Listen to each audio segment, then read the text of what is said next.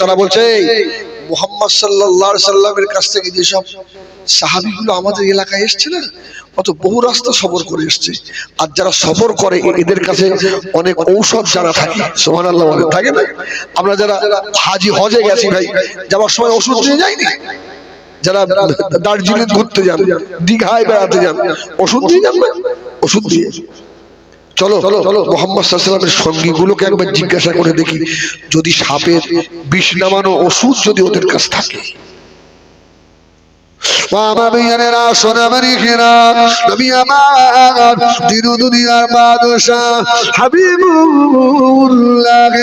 জনাবে মুহাম্মদুর রাসূলুল্লাহ সাল্লাল্লাহু আলাইহি ওয়াসাল্লামের সাহাবায়ে কেরামেরা বসা আর মাতব্বরকে নিয়ে আল্লাহ নবী সাহাবীর কাছে চলে এলেন। সে বলল, বাবা গো, এই মুহাম্মদ সাল্লাল্লাহু আলাইহি ওয়াসাল্লামের সঙ্গীরা তোমাদের কাছে কি, তোমরা কি সাপের বিষ ছাড়াতে পারো? এমন ঔষধ কি তোমাদের কাছে আছে?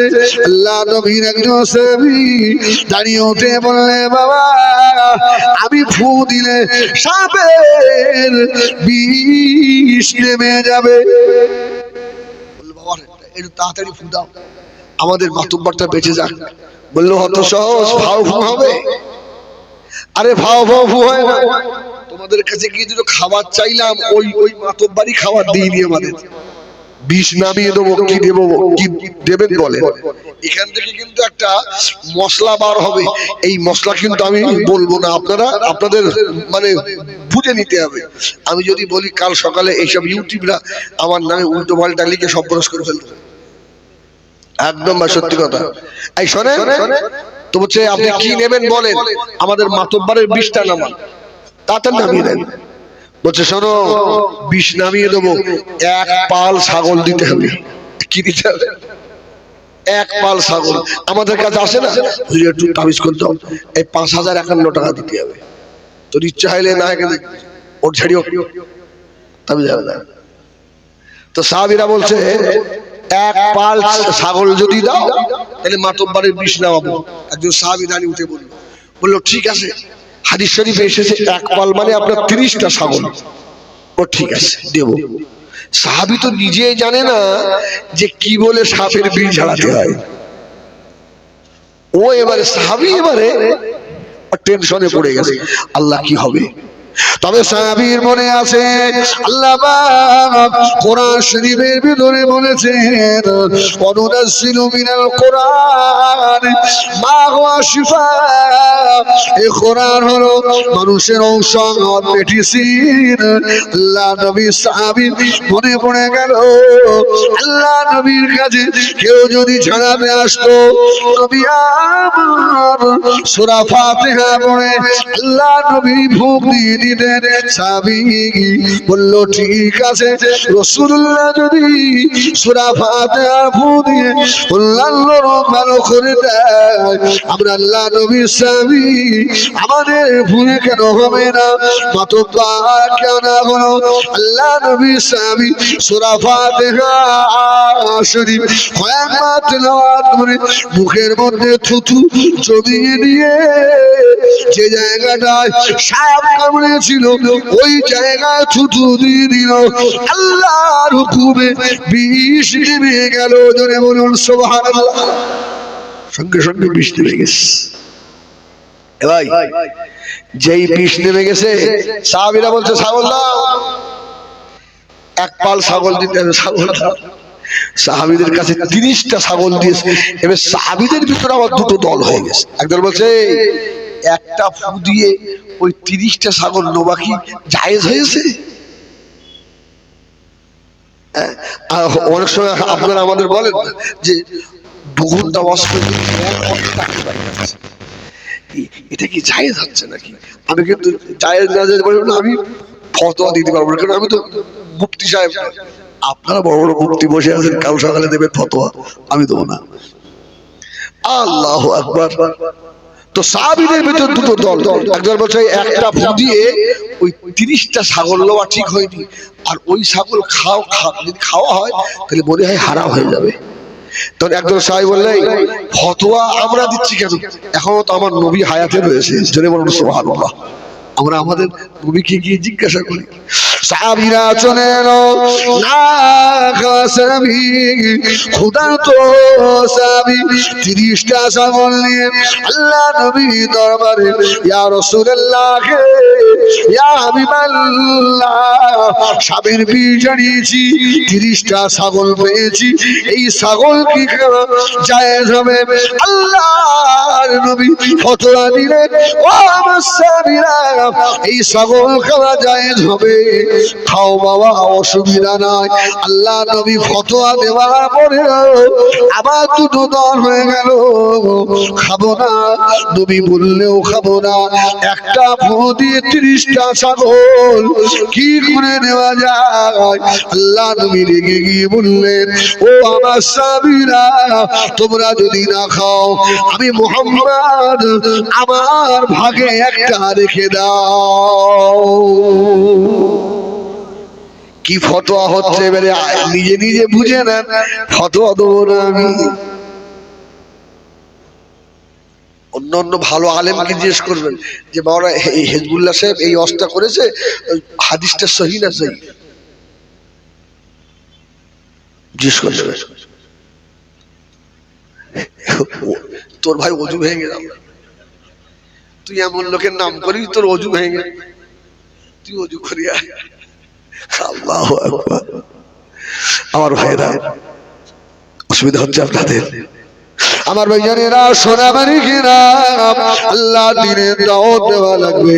তা'মুরুনা বিল মা'রুফ ওয়া তানহাউনা আনিল মুনকার, এই কাজ যদি করতে পারেন আল্লাহ দুনিয়ায়ও দামি বানাবে, আখিরাতেও দামি হবে। সুবহানাল্লাহ বলেন। ও ভাইজানেরা, সোনামানিকেরা, কান খাড়া করে শোনো বাবা, আল্লাহ নবী সাহাবীরা শুধু দিনের দাওয়াত দেওয়ার জন্য জীবনে কত কষ্ট, কত মেহনত করে গেল। আল্লাহ নবী এমন দাওয়াত দিয়েছিলেন, সাহাবীরা দুনিয়া ভুলে গিয়েছিল, আখিরাত করে পাগল হলো। মদিনার মসজিদে নববী শরীফে আযান হয়ে গেল। মদিনার মসজিদের ইমাম আমার রাসূলুল্লাহ ছিলেন। আল্লাহ নবী ইন্তেকাল, হযরত আবু বকর ইমাম হলেন, আবু বকর চলে গেলেন, হযরত ওমরের জামানা। সুবহানাল্লাহ বলেন। উমারের জামানা। ভাই, মদিনায় এমন কোন মানুষ ছিল যে হযরত ওমরের আপনার চোখের দিকে তাকিয়ে কিছু বলবে? আল্লাহু আকবার। কোন মায়ের লাল ছিল না। আল্লাহ এত ইমানি পাওয়ার দিয়েছিল, জালালি মেজাজ। তোমার ফজরের নামাজ পড়ে বার হয়েছে, দেখছি একদল লোক এসে মসজিদে নববী শরীফের সম্মুখে দাঁড়িয়ে রয়েছে। কি খবর? আচ্ছা হুজুর, আমরা সিরিয়া থেকে এসেছি, আমাদের একটা বক্তব্য আছে। কি কথা? হুজুর, আমাদের ওখানে খলিফা নেই, একটা খলিফা ঠিক করে দেন না। জোরে বলুন সুবহানাল্লাহ। এই শোনেন, ওমর রাদিয়াল্লাহু তাআলা আমাদের এইসব এই হারামখোর যেসব নেতা এদের মতন নয়, 50টা দেশের দায়িত্ব উমারের কাছে ছিল। জোরে বলুন সুবহানাল্লাহ। এই 50টা দেশের দায়িত্ব।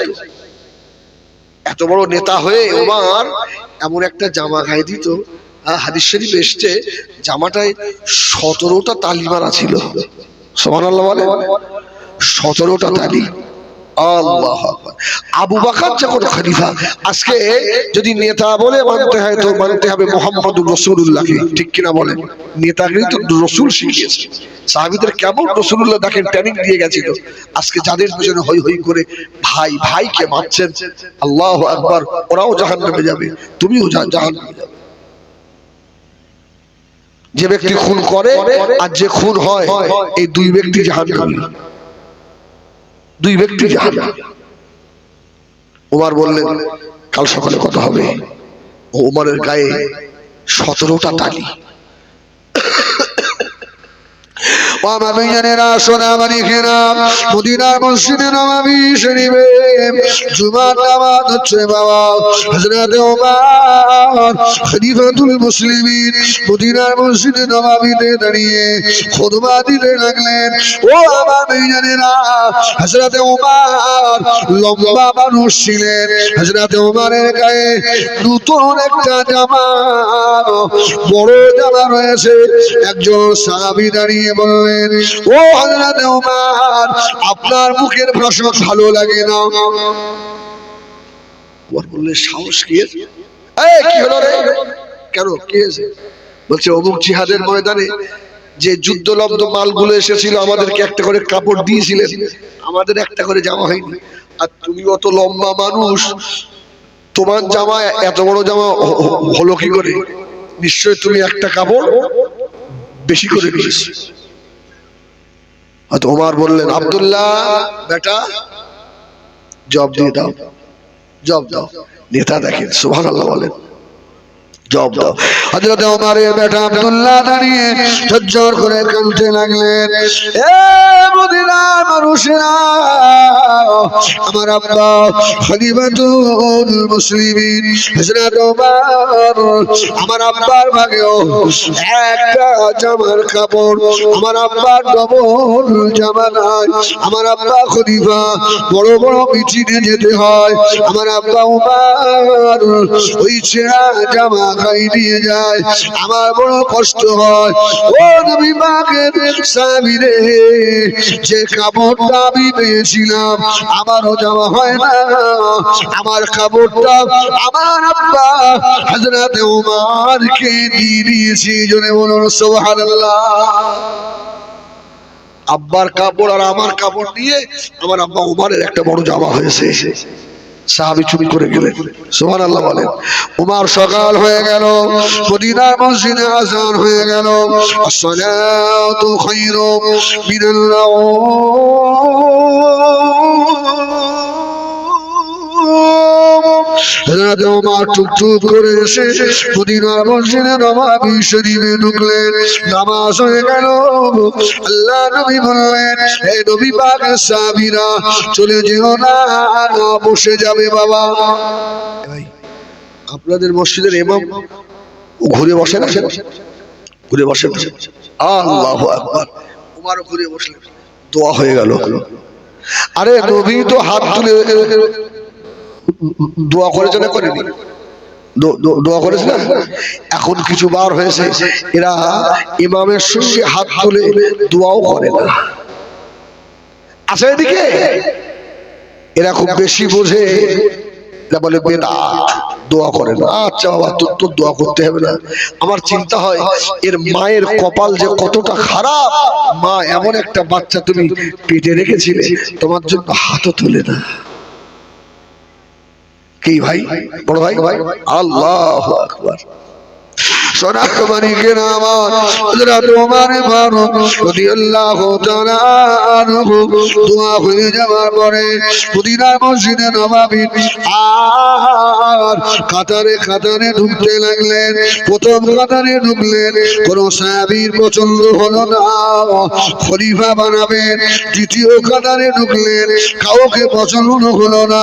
তৃতীয় কাতারে ঢুকলেন, কারো পছন্দ হলো না। ও চতুর্থ কাতারে গিয়ে দেখতে পাই আল্লাহ নবীর একজন সাহাবী, গরীব একজন সাহাবী, জামা ভালো নয়, চুলগুলো উস্কো খুস্কো, রাতেও খাওয়া নাই। ওই সাহাবীটা মদিনার মসজিদে নববী শরীফের এক কোনায় বসে হাত দুটো তুলে আল্লাহর দরবারে আযাবে জাহান্নামের ভয়ে কাঁদতেছে। আল্লাহুম্মা আজিরনা মিনান নার, আল্লাহুম্মা আজিরনা মিনান নার। আল্লামা ইমাম সাউসি রাহমাতুল্লাহ আলাইহি লিখেছে, হযরত ওমর আস্তে আস্তে গিয়ে আল্লাহ নবী গরীব সাহাবীর মাথার উপরে হাত দিয়েছে। জোরে বলুন। সাহাবীটা ওমর উমর কিছু বলবেন? আরে বাবা রে, আমি তো সিদ্ধান্ত নিয়েছি তোমাকে হিমসের খলিফা বানাবো। খলিফা? আরে সাহাবীটা জর্জর করে কাঁদে, ও হযরত উমর, বেয়াদবি মাফ করুন, বেয়াদবি ক্ষমা করুন, আমি খলিফা হব না, আমাকে ক্ষমা করে দেন, মাফ করে দেন। আমি আল্লাহর আযাবের ভয়ে, কবরের ভয়ে আমার ঘুম হয় না। হযরত উমর বললেন, ও সাহাবী ভাই সাঈদ ইবনে ওমর, আমি দেখেছি আল্লাহর ভয় তোমার ভেতরেই বেশি আছে। আল্লাহ রাব্বুল আলামিন তোমাকে এত বড় দরজা দিয়েছে। আমি উমর যেমন ওপরটা চিনতে পারি, আমি উমর ভিতরটাও চিনি।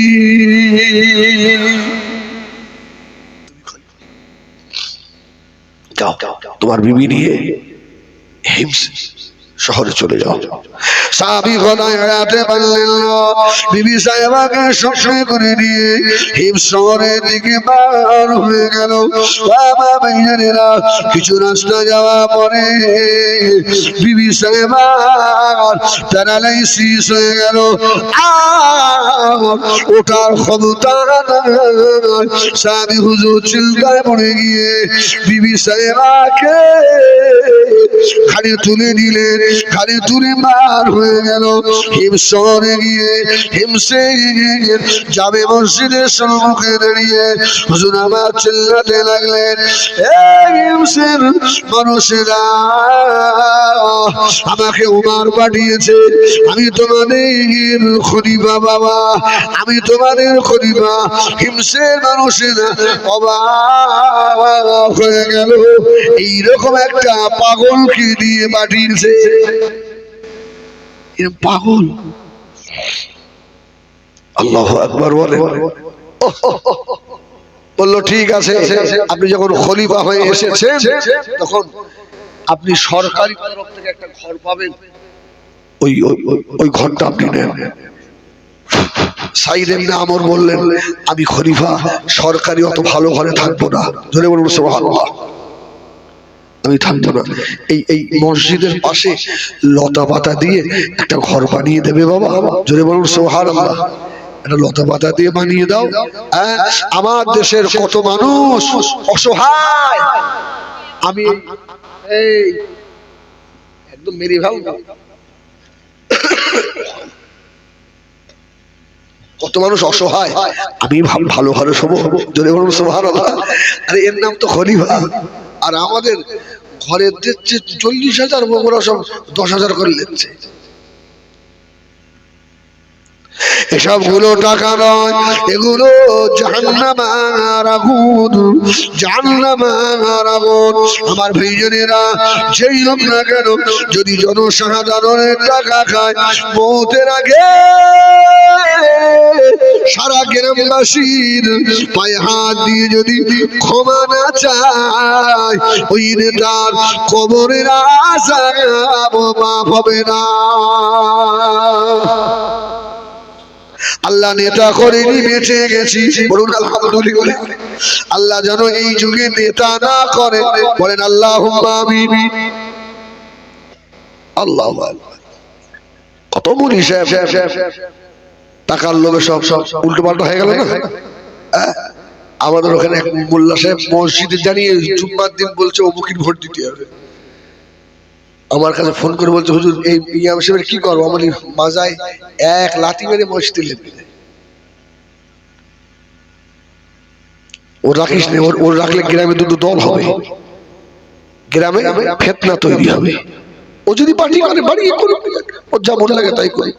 মসজিদের মেম্বারে দাঁড়িয়ে বলবে না আমাদের এই দিচ্ছেন, সেই দিচ্ছেন, ওই দিচ্ছেন, আমরা এই পেয়েছি, সেই পেয়েছি।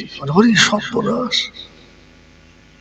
আমার ভাইজানেরা, সোনা বাড়ি কেনা, আমি পলিটিক্স বুঝি না বাবা, পার্টির কথা বলি না বাবা, বলবো না সোনা।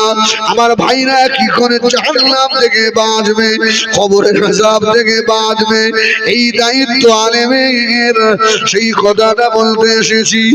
ও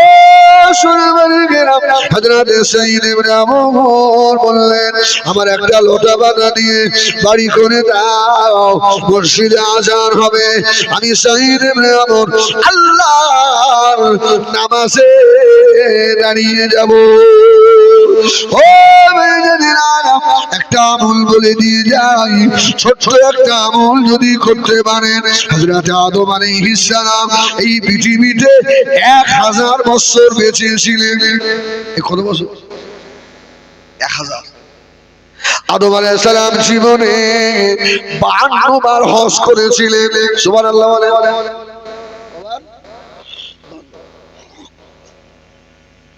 হযরত আদম আলাইহিস সালামের জীবনের 52 বার হজের দেখি আল্লাহ নবী ফরমাচ্ছেন আমার কোন উম্মতি যদি ফজরে আল্লাহর ফরজ নামাজ জামাতে আদায় করে, আল্লাহ পাক আদম আলাইহিস সালামের ওই 52 বার 1000 বছরের ভিতরে 52 বার হজে দেখি আল্লাহ আমার উম্মতের নামায় আমালে লিখে নেবে। সুবহানাল্লাহ। এত লাভজনক ব্যবসা। একটু আগে ঘুম থেকে উঠে জামাতটা খোদার কসম, যারা ফজরের নামাজ জামাতে পড়েন কি ভাই, নামাজ পড়ে বার হলে মনটা শান্তি হয় না? হয় না? একদম আল্লাহর দিকে যে সত্যি কথা বলে। আর যেদিন নামাজ কাজা হয়ে যায় ওদিনে দেখবেন আয়নায় মুখটা যেন মুখটা কালো কিরাম হয়ে গেছে। আর যেদিন ফজরের নামাজ জামাতে পড়বেন বাড়ি এসে মুখটা আয়নায় দেখবেন একটু মুখ দিয়ে নূর বার হচ্ছে। জোরে বলবো সুবহানাল্লাহ। সারাদিন একটা মনের মধ্যে শান্তি আছে না? আমার ভাইয়েরা সোনাবাড়ি ঘেরা হযরত সাইয়্যিদ ইবনে আমর বললেন আমি জামাতে নামাজ পড়বো আর কুড়ি ঘরে থাকবো। ও ভাইয়েরা সোনাবাড়ি ঘেরা আমার জলসা কমিটি ছেলেরা, আমার যুবক ভাইরা, তোরা জলসা দিয়েছিস ভালো হয়েছে। আমি হিজবুল্লাহ তোদের ছোট ভাই, তোদের গালি দিতে আসিনি, তোদের পা দুটো জড়িয়ে ধরে বলি আগামী কাল থেকে নামাজি হয়ে যা, নামাজি হয়ে যা। যদি নামাজি হয়ে যাস তোদের এই জলসাটা তোদের জন্য নাজাতের ওসিলা হয়ে যাবে। ও হযরত সাইয়্যিদ ইবনে আমর খলিফা দেশ চালাতে লাগলেন। হযরত ওমরের নিয়ম ছিল বছরে 50টা দেশে একবার করে যাওয়া। হযরত ওমর হিমস নগরে চলে গেলেন। সুবহানাল্লাহ বলে।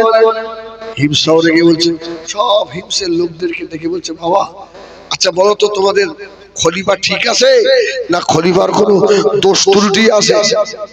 3 জন মানুষ ঝটঝট করে দাঁড়িয়ে পড়েছে, হুজুর আমাদের খলিফা ঠিক নেই। এখন বলে আমাদের এলাকার এমএলএ এমপি যদি মুখ্যমন্ত্রী এসে মিটিং ডেকে বলে তোমাদের এমপির দোষ কি, যদি কেউ উঠে বলে আমাদের এমপির এই সব দোষ, ভাই ও আর এই মিটিং ছেড়ে বাড়ি যেতে পারবে? ওর ওই জল করে মাছের খোরাক করে ফেলবে না? আল্লাহু আকবার। ওমর বলছে খলিফা আমার পাশে বসে রয়েছে, এর কি অপরাধ আমাকে বলো, তাহলে একে হটিয়ে চেঞ্জ করে দিয়ে অন্য খলিফা দেবো। একজন দাঁড়িয়ে বলছে হুজুর আমাদের খলিফার একটা মারাত্মক দোষ আছে। তো ওমর বলছে স্যার খবর কি? বলছে হুজুর ওদের জিজ্ঞেস কর। আমার তো অপরাধী মানুষ, আমার অপরাধ হতে পারে, এই অপরাধটা কি? বলছে হুজুর বেয়াদবি মাফ করুন ও খলিফাতুল মুসলিমিন হযরত ওমর, আমাদের খলিফার সকাল 8টায় অফিসে আসার কথা, আমাদের খলিফা সকাল 8টায় অফিসে ঢোকে 2 ঘন্টা দেরি করে ফেলে। ও হযরত ওমর বললেন ভাই সাইয়্যিদ ইবনে আমর 2 ঘন্টা দেরি হয় কেন ভাই? হযরত সাইয়্যিদ ইবনে আমর বসে বসে ঝরঝর করে কানে সাইয়্যিদ ইবনে আমরের 2টা চোখের পানিতে দাড়ি ভিজে যায়। ও হযরত ওমর যদি আমাকে এই খলিফার পদে নাও রাখেন, যদি আমাকে টানিয়েও দেন, তবে শুনে রাখেন আমি সাঈদ ইবনে আমর এই দুনিয়া থেকে চলে যেতে হবে। আমি দুনিয়া থেকে যাওয়ার আগে ও হযরত ওমর, আমার জীবন থাকতে আমি আমার রাসূলুল্লাহ একটা সুন্নাত ছেড়ে দেব না। রাসূলুল্লাহ সুন্নাতগুলোকে আঁকড়ে ধরবো। সুবহানাল্লাহ বলে ভাই, আমরা তো সব সুন্নাত মানতে পারি, তবে আজকে একটু আমার সঙ্গে ওয়াদা করবেন যে একটা সুন্নাত আমি ছাড়বো না, আপনাদের ভালো হবে। বলুন না ইনশাআল্লাহ। যদি নাও হয় না একবার ইনশাআল্লাহ বলেন। ইনশাআল্লাহ বলে তো অপরাধ হয় না, গুনাহ হয় না। এই আজ থেকে একটা নিয়ত করেন যে আমরা আজ থেকে আগামী কাল থেকে মিসওয়াকের আমল শুরু করে দেবো। বলেন ইনশাআল্লাহ। এই কিসের আমল বড় ভাই? দাঁত। এক কথায় বাংলা ভাষায় দাঁত। আচ্ছা, এই মিসওয়াকের সুন্নাত যা আদায় করবে, এই মিসওয়াকের একটা মাপ আছে না? এক বেগত না? আচ্ছা, মিসওয়াক কিভাবে ধরতে হবে তার একটা সুন্নাত পদ্ধতি আছে না? কিভাবে ধরবেন? এই জন্য তো মসজিদের ইমামকে নিয়ে মসজিদে বসতে হয়। আপনারা তো বসবেন না, শুধু নামাজ পড়বেন আর হাত মুছতে মুছতে বার হয়ে যাবেন। ওই রকম মসজিদ গিয়ে লাভ নেই ভাই, এসো না, লাভ হবে না। কত ঝাপানে দাড়ি, এত বড় বড় গোল জামা, জিজ্ঞেস করবেন বলতে পারবে না। কিন্তু চাষার এত অভিজ্ঞতা, যত পীরদের ইতিহাস সব মুখস্থ, ভালো, ওটা ভালো জিনিস, এত ফতোয়া জানে। কিন্তু চাচা কিভাবে মিসওয়াক ধরতে হয় জানে না। এই আমি শিখিয়ে দেবো, অন্তত একটা জিনিস শিখে জানার কি হবে। দেখেন এই আঙুলটা ধরেন মিসওয়াক, এই আঙুলটা মিসওয়াক, এই দেখেন এই আঙুলটা দেখেছেন, এই যে এইভাবে ধরবেন, এইভাবে, এই আপনি দেখ, আর এই দুটো আঙুল ঠেস মারবেন, আর এইভাবে। এইটা হচ্ছে মিসওয়াক ধরার সুন্নাত। জোরে বলুন সুবহানাল্লাহ, সুবহানাল্লাহ। আচ্ছা, প্রস্রাব ফিরতে যখন বসি, এই প্রস্রাব ফিরতে বসার একটা তরিকা আছে না? বসেন কিভাবে? কাপড় সম্পূর্ণ তুলে দিয়ে বসলে হবে? হাঁটুটা যেন ঢাকা থাকে। আমরা তো বুঝি না, সব কাপড় তুলে বসি। ভাই, মিসওয়াক হলো প্রস্রাব, হলো প্রস্রাবের পরে কুলুকুলিতে হয় না? নেন আপনার নেন। যারা কুলুক না নেন, যদি নাবাক হয়ে যায়, আপনার কবরে আযাব হবেই। আপনি যত বড় জলসার বক্তা হন আর যত বড় জলসার সেক্রেটারি হন, আযাব তোর কবরে হবেই বা হবে, যদি প্রস্রাব নিঃসারে বার হয়ে যায়। এই জন্য কুলুক অবশ্যই ব্যবহার করবেন। এই কুলুকটা কিভাবে নেবেন, সব নিয়ম আছে না? ভাই, যদি আমরা সব জলসায় এরকম একটা দুটো করে বলি, তাও তো কিছু শেখা হয়। অনেকে দেখবেন ঢিল নেয়, কুলুক ঢিলা নিয়ে রাস্তা দিয়ে হেঁটে হেঁটে যাচ্ছে, আছে না? পাক্কা বেহাদা। ও দেখাচ্ছে দেখো আমি কুলুক নিচ্ছি। না, এটা নিয়ম নয়। আরে কুলুক নিয়ে জায়গায় দাঁড়িয়ে কুলুক নেবেন, পাটা একবার ডান দিকে, একবার বাঁ দিকে, একবার ডান দিকে, একবার বাঁ দিকে, এইভাবে চাপ দেবেন, একটু পেটের দিকে চাপ দেবেন, দেখবেন প্রস্রাব একদম ক্লিয়ার হয়ে যাবে। তাই এই নয় ওই দাঁড়িয়ে আছে না। আল্লাহু আকবার। আমাদের এগুলো শিখতে হবে না? হযরত সাঈদ ইবনে আমর বললেন, ও হযরত ওমর, আমি মরে যাব, মারা যাব, তথাপি আমার রাসূলুল্লাহ একটা সুন্নাতকে ছেড়ে দেব না, ছেড়ে দেব না। ও হযরত ওমর, শুনে রাখেন, যেদিন আপনি আমাকে হিমসের খলিফা বলে পাঠালেন, প্রতিমধ্যে আসতে আসতে বিবি